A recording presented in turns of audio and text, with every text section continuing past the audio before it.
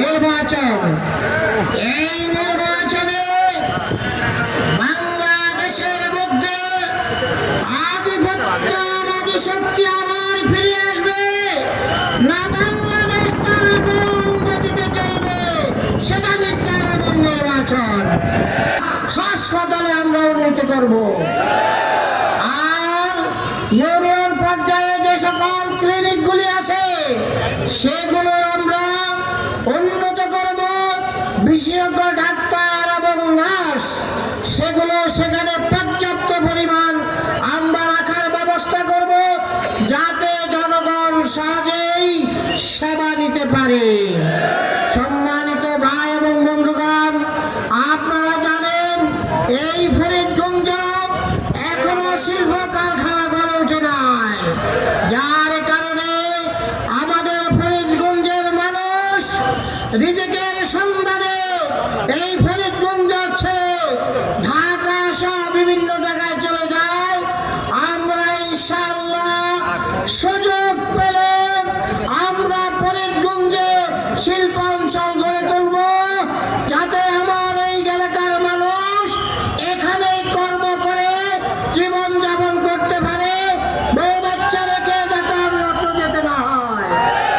সম্মানিত ভাই এবং বন্ধুগণ, আপনারা জানেন বর্তমানে এই ফরিদগঞ্জের মধ্যে বহু মানুষ মৎস্য চাষ করে জীবিকা নির্বাহ করছে, কিন্তু এই মাছকে সংরক্ষণ করার ব্যবস্থা না থাকার কারণে তড়িঘড়ি করে মাছ বিক্রি করতে হয়, সেজন্য প্রয়োজনীয় মূল্য তারা পায় না।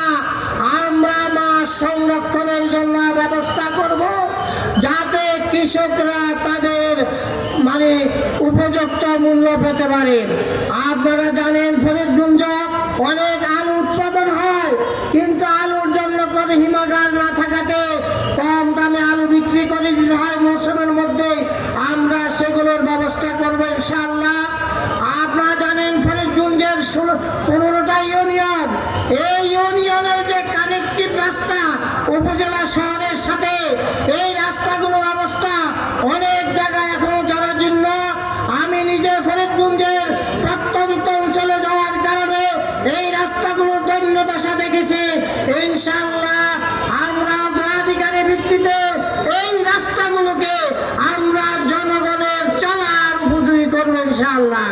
সম্মানিত ভাই এবং বন্ধুগণ, আমি বলেছিলাম আগামী নির্বাচন এই জাতির ভাগ্য নির্ধারণের নির্বাচন।